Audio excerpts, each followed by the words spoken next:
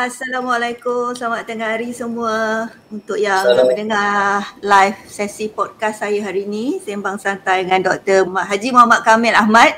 Rasa ramai yang tak sabar-sabar nak dengar kupasan daripada Kamil lah ya. Jadi ini bukan kali pertama Kamil masuk podcast saya, insyaAllah bukan kali yang terakhir. Kita punya topik hari ini adalah haji dan penyakit kronik buah pinggang. Saya bagi intro sikit lah, lepas tu you boleh sambung kan.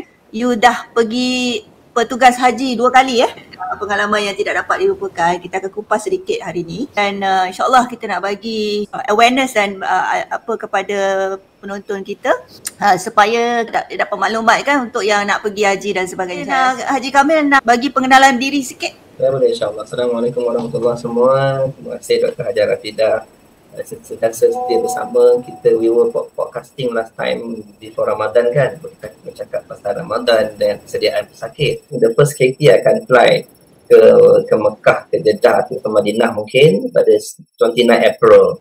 So lebaran semua bakal haji dan hajah, saya rasa sangat excited dan ialah menjadi tamu agung kali pertama. Yang pertama tu mungkin very excited. Alhamdulillah kita berjumpa masa tahun 2023 ya. Kan 23 masa first saya bertugas. So excited tengok kedah pun ada, ramai kawan-kawan saya pun ada. So walaupun sibuk tak sama nak jumpa pun dia orang ni.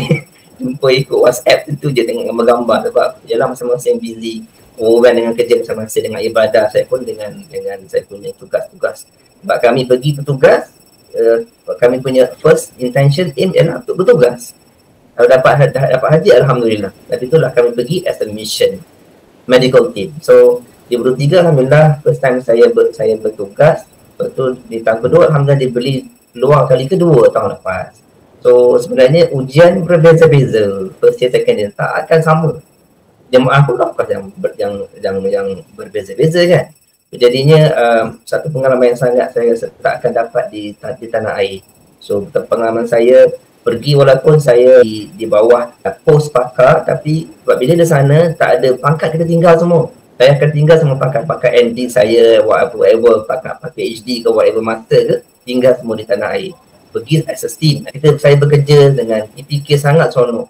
Pengalaman tu saya ambil daripada mereka, daripada MA, daripada staff nurses, semua daripada pengurus maktab operasi. Sangat saya tak akan dapat sinilah. Saya bersyukur sangatlah dapat pengalaman sana dan menyantuni para haji dan hajat. Itu benda yang sangat touching. Kadang mengelai mata bila nak dekat-dekat. Saya pun terasa ni tak amat rindu ke tak? Nak sebenarnya dekat-dekat lah. Dekat-dekat nak haji ni. Oh, yang itu rasanya. Saya rasa kita membayangkan macam mana menolong makcik-makcik. I thought lah masa 2003 ada gambar Dr. Rafidah tolong seorang hajah dekat Masjidil Haram yang mungkin heat exhaustion kot. Dan enak hantar ke tempat saya bekerja di Sisha. Alhamdulillah makcik tu sihat dan boleh meneruskan ibadah haji dengan sempurna alhamdulillah. Itulah antara cabaran petugas, tapi kami pergi dengan menggalas amanah yang besar. Kita rasa itu satu amanah yang paling galas dan dengan rasa penuh komitmen kena terus go on walaupun dalam keadaan kita nak ibadah kita pun ada. Sebab especially kalau first timer macam saya 2023 kan, mesti nak buat haji juga tau. Nak pergi Arafah, nak rasa berwukuf Arafah, nak melontar sendiri. But in the first place you have to serve. I have to serve jemaah. So that's the main purpose I was sent there anyway kan, sebab saya ni diberi allowance semua untuk menyantuni, serve them. So itulah our main purpose ke sana. Tapi alhamdulillah Allah bantu kami, niat dengan membantu orang, insyaAllah Allah bantu kita semua insyaAllah, alhamdulillah. Dan itulah saya rasa sedikit pengenalan panjang pula pengenalannya kan. Saya sebenarnya sangat respect lah dengan petugas-petugas haji, tak kira lah daripada farmasi ke pakar ke doktor ke PPK ke semua. Sebab saya lepas pergi haji tu saya nak bawa diri pun susah, nak kena jaga orang lain ya. Astagfirullahaladzim, saya rasa tak mampu lah. Untuk yang para jemaah dan juga yang telah pergi dan ada saudara yang pergi, kita kena Berterima kasihlah kepada KKM dan tabung haji kerana menyediakan perkhidmatan yang sangat baik dan menyeluruh. Yalah, adalah kekangan sana sini, tapi itu biasalah kan. Untuk sakit saya sebenarnya pergi 2023 tu tak nak jadi doktor. Saya kalau boleh tak nak beritahu orang pun saya doktor. Tapi tiba-tiba ada pula orang yang jatuh depan saya. Allahuakbar. Jadi pakcik tu alhamdulillah Kamil So kita buatlah rawatan awal lah, apa benda yang boleh lah kat situ, slice pinggang depan Masjidil Haram tu, dan alhamdulillah dia okey. I think masa tu tekanan darah dia rendah sikit, jadi kita guna air zam-zam, apa yang ada lah masa tu kan. Jadi alhamdulillah. Jadi itu adalah antara saya punya pengalaman juga. Bukan satu seorang ni yang jatuh depan saya, dekat depan tengah tawaf pun ada makcik Indonesia pula jatuh lepas saya. Allahuakbar, macam-macam. Assalamualaikum, mungkin kenal kot Mas Liana, dapat bertugas bersama. Kenal sangat, Masya Allah. Dia arah satu what ICU, betul lah, satu ICU. Ini orang hebat belakang ni. Bagi saya semua yang menyantuni Syufur Rahman semua adalah sangat-sangat hebat lah saya tak mampu lah saya rasa. Saya berhubung in charge semua ward, ICU, female ward, male ward as well lah. Kita tak sempat jumpa kan dekat Mekah hari tu? Tak sempat, sibuk kan. Time dia all sibuk. Time dia all tidur, kita orang baru keluar pergi tawaf. Kita orang ada shift. Kita orang tak ada istilah weekend. Every day is a working day for us. 67 days, 67 hari.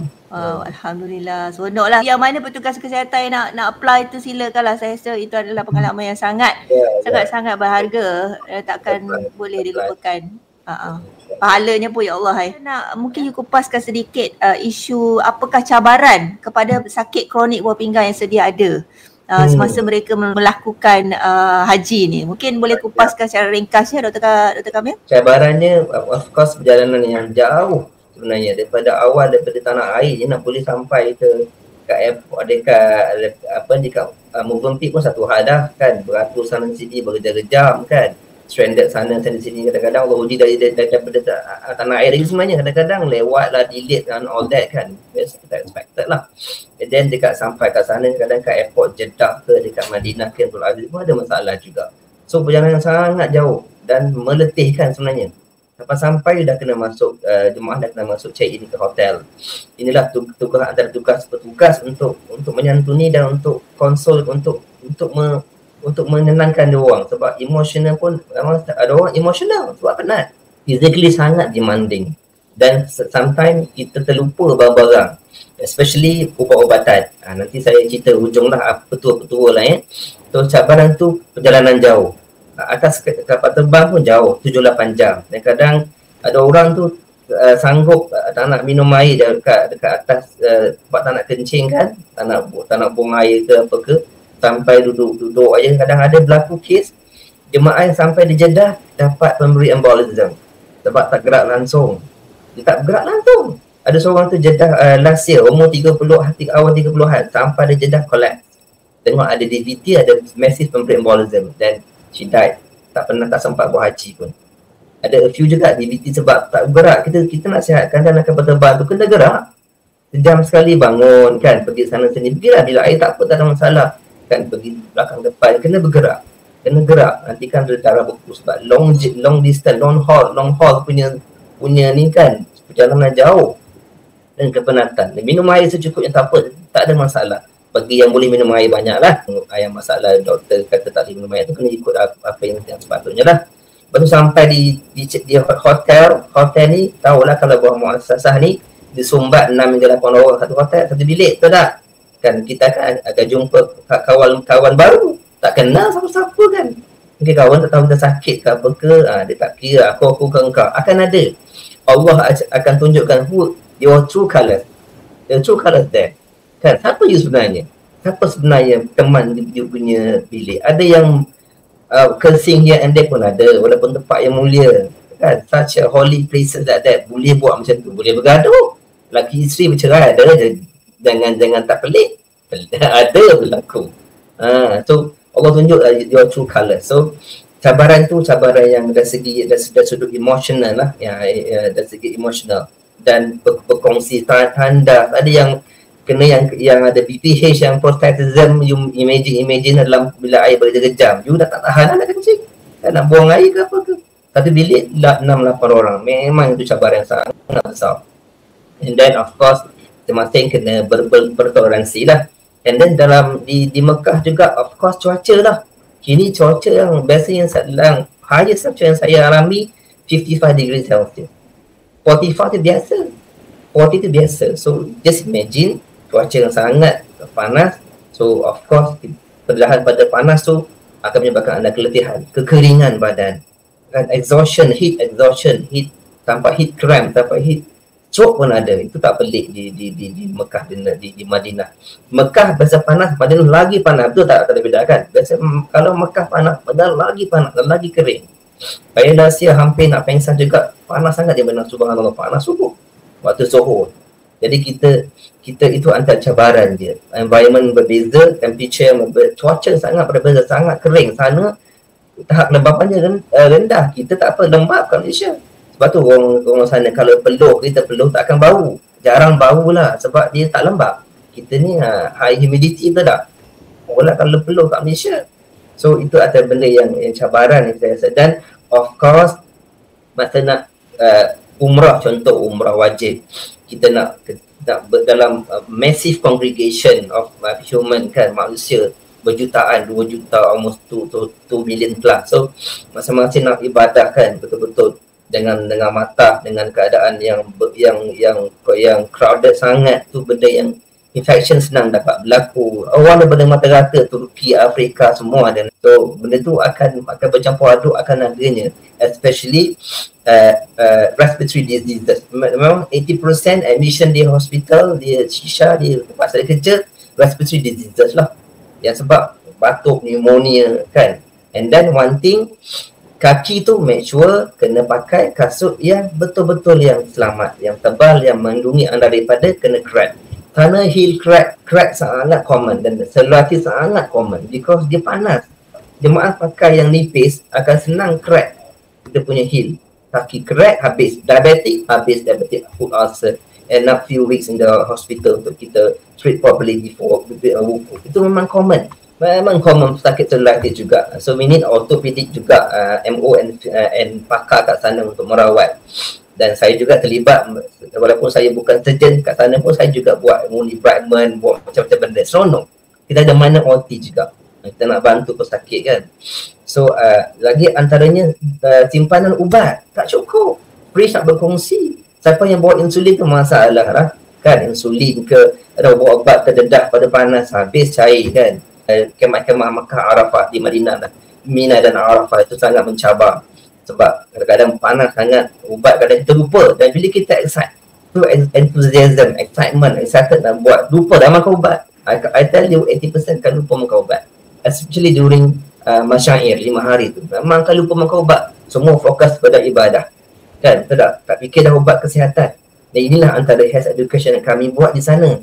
Kami akan buat pre-wukuf and post-wukuf. Kami cakap pre-wukuf, week before tu jangan pergi umrah, jangan pergi tawaf kerap sangat, especially masa siang hari. Malam boleh kita benarkan. Reserve your energy, reserve whatever don't drain out your energy prior to wukuf. A week before wukuf, kita nasihatkan haji, pergi Masjid Haram pun nak pergi malam waktu subuh boleh. Lain tu kat Makkah boleh lah. Sebab kita nak betul-betul reserve your energy. You drain out everything, bila sampai Arafah Mina yang peak tu, you tak larat dah. Itu yang kita nak bagi priority pada orang. Minggu tu rehat banyak, rehat kan. 11 whatever you punya sugar ke, you punya blood pressure, supaya you sihat untuk prepare you to this day of Arafah. Itu yang wajibnya. Tanpa Arafah tak invalidate your hajj, takkan dapat haji kan, betul tak? Itu benda yang kita stress sangat. And then post wukuf, tengah orang tu sangat mengejar nak tu habiskan sa'i dan tawaf haji, tak boleh, ramai yang collect. Lepas haji ramai penuh, our pusat rawatan akan extended, ada extended date macam-macam. DKA akan datang lah kan, DP tinggi lah, macam-macam benda dengan macam-macam benda lah. Lepas tu sebab kepenatan heat exhaustion, sebab masing-masing nak teruja nak terus buat sa'i dan tawaf. Lepas habis Mina tu pun belum tak tahu nak pergi, tak boleh. Kita ni tak kuat, kita badan tak fit sangat.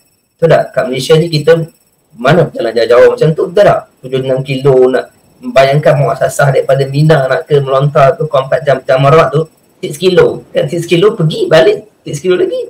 Betul tak? Itu baru hari pertama melontar. 3 days in consecutive days. So you have end up berapa puluh kilo dalam within 4 days you kena berjalan.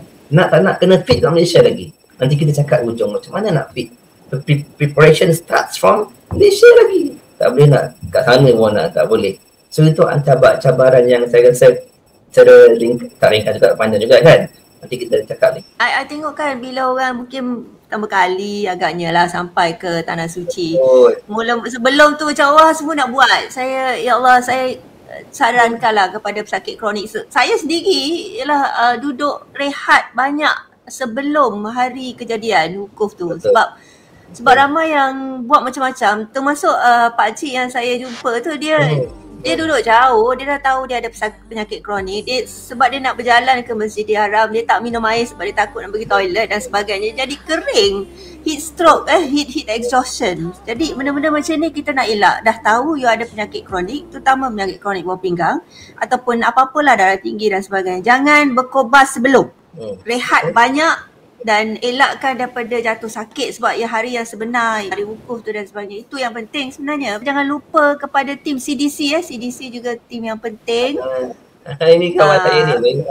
Itulah dia. Nanti kan kita tak sebut nanti marah pula ni. Nanti keluar tim-tim lain. Tapi semua tim lah. Tak kira lah sama ada apa tim pun. Awesome punya tim ni Ridwan ni. Orang terpenting di Salawatan. Tanpa dia logistik memang sangat isu kat sana. Dia sangat orang yang akan jaga logistik pengangkutan jemaah ke sana kemari. Cuma kita nak cerita pasal kelayakan haji. Jadi saya nak sentuh sedikit, ramai jugalah yang DM, PM dan sebagainya. Kenapa orang dialisis tak dapat? Ini hot topic jugalah, orang dialisis tak dapat menunaikan haji. Jadi Dr. Kamil, kita sebelum you mula, saya nak ceritalah kepada semua. Nanti kami pun dah mencuba sedaya upaya nak membawa pesakit dialisis terutama yang cuci air kepada menunaikan ibadah haji. Mungkin kami boleh beritahu masyarakat kenapa tidak dibenarkan pesakit dialisis pergi haji. Okay.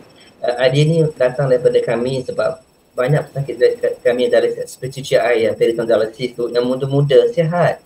Mereka kat Malaysia bekerja, menyara keluarga. Mereka kata, doktor saya duit ada, saya nak pergi haji, tak dibenarkan. Lantas kami terfikir, terdetik hati saya, nak kena fight, nak kena cakap bring them probably we probably can allow them lah in some with the special precautions or whatsoever lah. So kami dah bincang dengan fraternity, bahagian nefrologi, pakar nefrologi kebangsaan. So first meeting semua dah setuju dengan proposal yang tim kami proposekan, nak bawa ke kementerian bahagian yang terlibat dan setuju. Cumanya halangan daripada pihak Saudi, Ministry of Health dia, local authority tak benarkan. Dia kata apa pesakit kronik dialisis ke darah ke air semua tak boleh sebab dia orang nak kata local jemaah dulu. Sebab saya faham during haji tu memang overwhelm sangat. Dia orang takut. Sebagai host, kalau saya pun jadi dia on their shoes, I probably they do the same thing because they are not ready yet to receive daripada jemaah dari luar negara lain untuk dialisis. Sebab anything happen, dia orang akan kena blame lah kan, betul tak kan? Sebagai host dunia ni, berlaku apa-apa memang kecoh satu dunia, dia akan dipersalahkan, saya faham. Cuma perjuangan tu kami hold on dulu, tak akan terbantu, hold on, insyaAllah mungkin next year Allah benarkan, mana tahu kan. PD patient at least lah, tenang sebab dia self care dekat hotel boleh buat. Itu yang kami cuba perjuangkan, insyaAllah. Kita cakap kat pesakit, doa je lah kan. Dia orang sihat, rawatan terbaik kat sini. Mana tahu next few years dibenarkan, mungkin dari orang dah bersedia kan. Kita tengok macam mana. Kalau dialisis tak boleh tapi transplant, saya ingat tak ada masalah kan, ada yang tanya. So saya tak ada masalah pesakit transplant, insyaAllah. Biasanya ada seorang pesakit daripada transplant, dia dah hubungi saya. Bagus, pentingnya hubungi dulu prime saya dulu. Ada pesakit transplant, tapi punya klik dah beritahu awal-awal. Dia stable, alhamdulillah. Ubat pun minimum immunosuppressant saja dan tak pernah ada rejection, alhamdulillah. Dan dia sihat dan sempurna haji, alhamdulillah, balik dengan selamat. Tak ada masalah, insyaAllah. Ada jugalah saya jumpa, saya tak tahu mungkin pun ada yang tidak beritahu staff atau doktor yang dia ada penyakit kan, tiba-tiba dekat sana, aduh. Ada, itu agak mengecewakan. Ramai juga kan. dah cerita ke first experience masa first haji kan di Kemah Mina kecemasan, yang Kemah Mina you tahu lah sempit, Masya Allah sempitnya di Kemah Mina, di Mina lah kan. Hajjah ni datang very unspecific symptom, complain dan tengok, dan saya duduk sama macam orang SCKD lah, orang dengan orang tengok ada fistula, tengok tangan dia dengan fistula. Mina tak ada blood taking, tak ada apa, hantar ke pesarawatan, tengok memang kena dialisis. Kena kita hantar ke hospital Mekah, ke Saudi, ke Mina ataupun ke Mekah, terus hantar balik ke Malaysia dengan segera. Sebab dia perlu dialisis dah. Cakap memang dia pergi nekat untuk, dia dah simpan duit 14 tahun, nekat, dia tahu memang dia kena buat dialisis tapi dia tak cakap, dia sorok. So tak sempat ke? Tak pergi haji? Tak sampai ukur? Sampai ukur. Alhamdulillah sampai ukur je. Dan lepas melontar pun dia sehari jalan, the rest kita wakilkan, hantar ke untuk initial dialisis di Saudi tu, hantar ke Malaysia. Kita arrange early flight to back to Malaysia lah. 2 jemaah yang memang CKD5 approaching end stage, kita initiate dekat sana, hantar terus. Memang ada.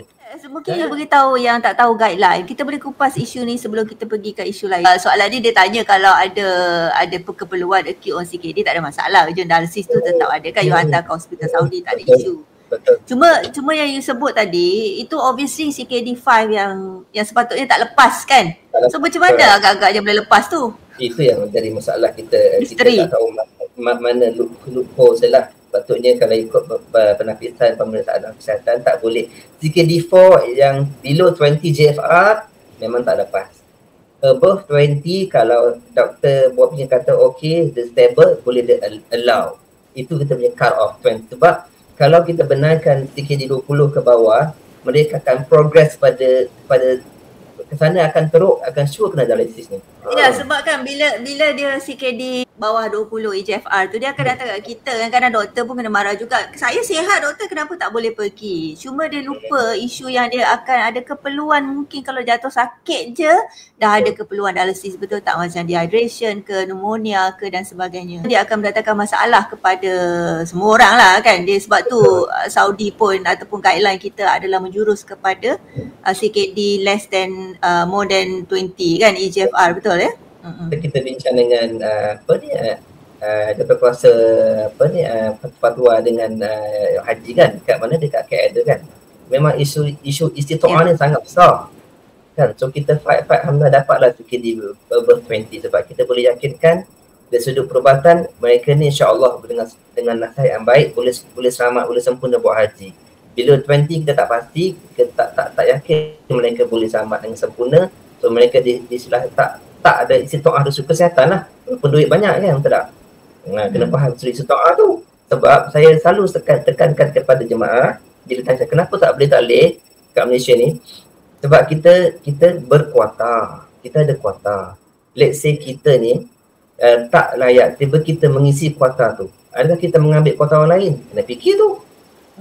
Sebab kalau tak ada berkuota tak apa, semua boleh pergi lah, tak apalah kan.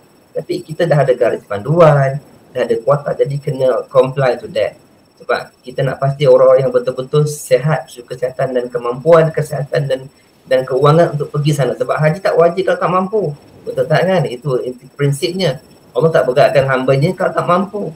Kalau sudut kesihatan tak boleh sembuh, tak mampu, tak boleh lah kena pada haji lah. Saya harap masyarakat dan pesakit dan keluarga mereka fahamlah isu ini. Kita pun dah bincang bersama dengan pakar bidang kan, isu konsep istitoah dan sebagainya. Kita pun ada fight juga untuk melonggarkan sedikit dan sebagainya kan Kamil. Jadi ini adalah keputusan yang diambil bersama pelbagai pihak dan ianya adalah berdasarkan fakta dari segi agama dan juga kita buat dari segi medical. Jadi saya harap masyarakat Malaysia akan menghormatilah keputusan ni. Janganlah marah petugas perubatan pula kenapa doktor sains sihat tak nak sign dan sebagainya. Ada sebabnya di situ. Kan tadi you kata nak cerita apa yang perlu buat, tak buat dan apa yang dielak dan sebagainya. Teruskan.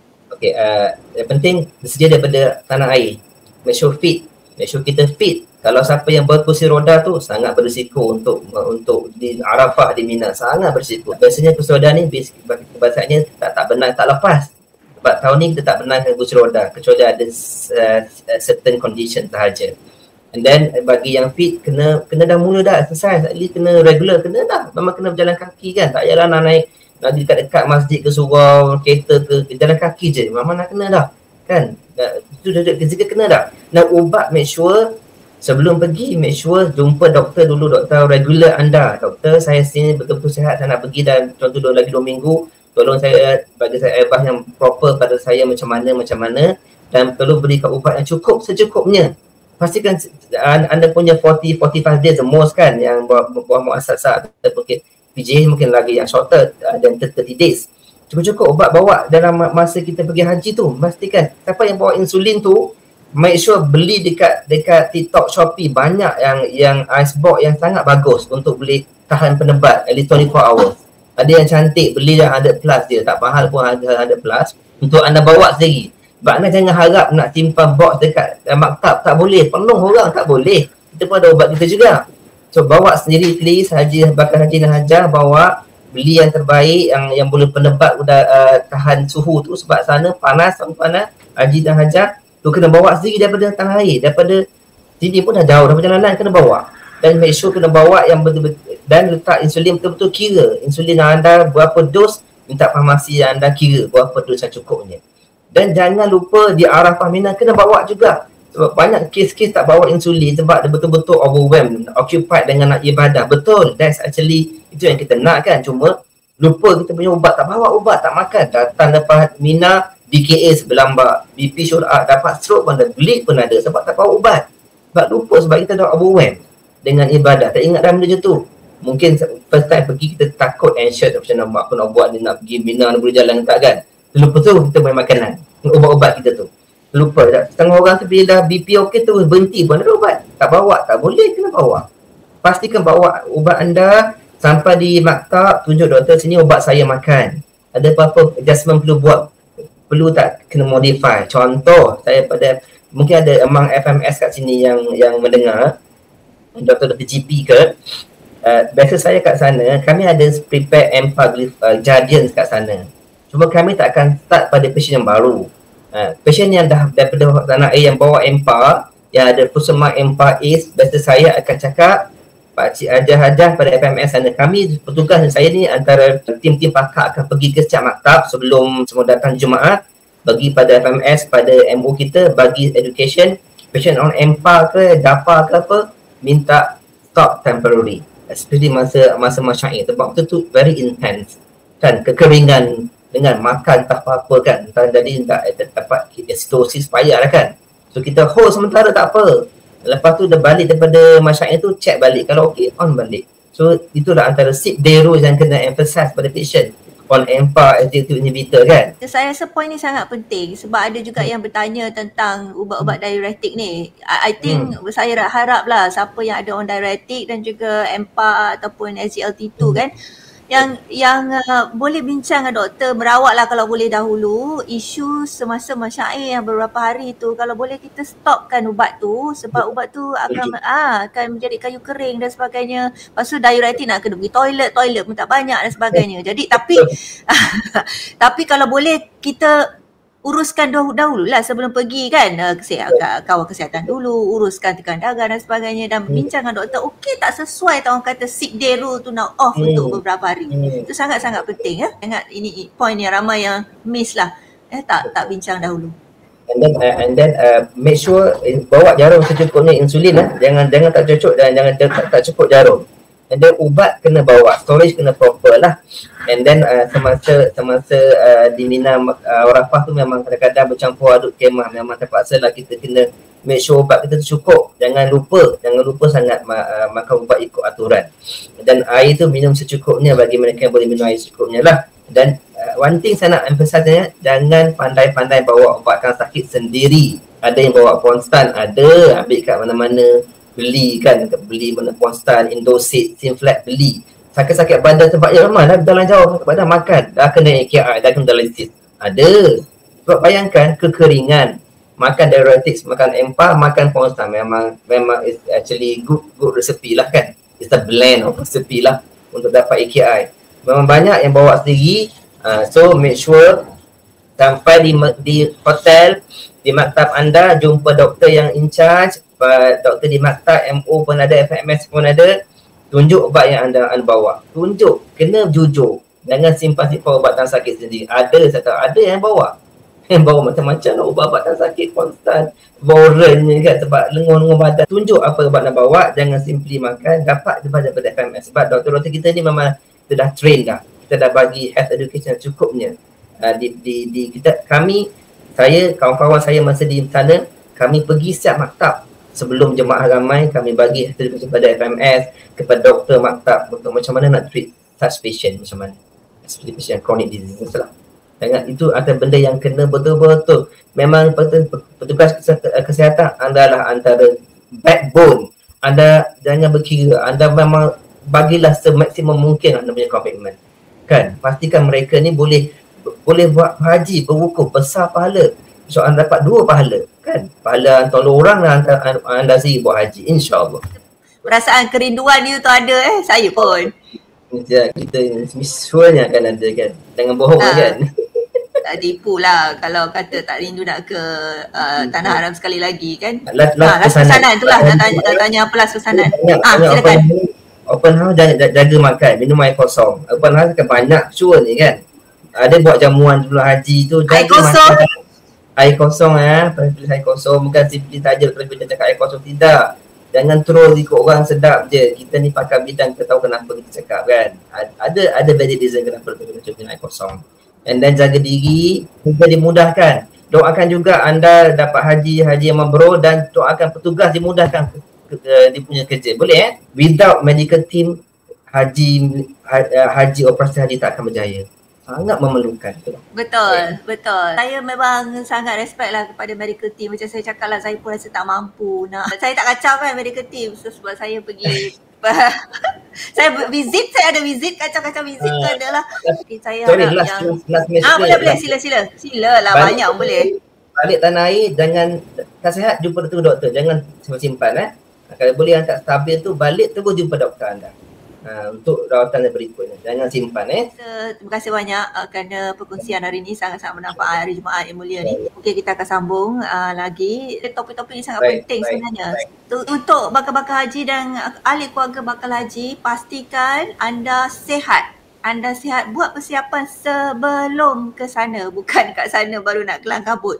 Sebelum kat sana, cantikkan bacaan-bacaan anda, teraturkan ubat-ubat anda, pastikan semua cantik dan ada fizikal yang kuat. Fizikal yang kuat. Kalau tidak memang sukar. Saya rasa kalau boleh orang-orang muda lah pergi haji. Dah tua, sukar betul. Ada yang hilang pada kami tak ingat kat mana jalan balik. Alah, Allah. Saya pun pening lah dia. I can imagine you all lagi. Okey, dengan itu saya ucapkan terima kasih banyak kepada Dr. Haji Muhammad Kamil Ahmad daripada Hospital HTA Kuantan dan juga di Kementerian Kesihatan Malaysia, dan terima kasih kepada Kementerian Kesihatan sendiri dan Bahagian Perkembangan Perubatan dan Perkhidmatan Nefrologi kerana tetap terus memberi semangat kepada kami untuk memberi information ataupun maklumat yang betul kepada masyarakat di sana tentang penyakit buah pinggang. Terima kasih semua. Assalamualaikum. Jumpa lagi insya-Allah.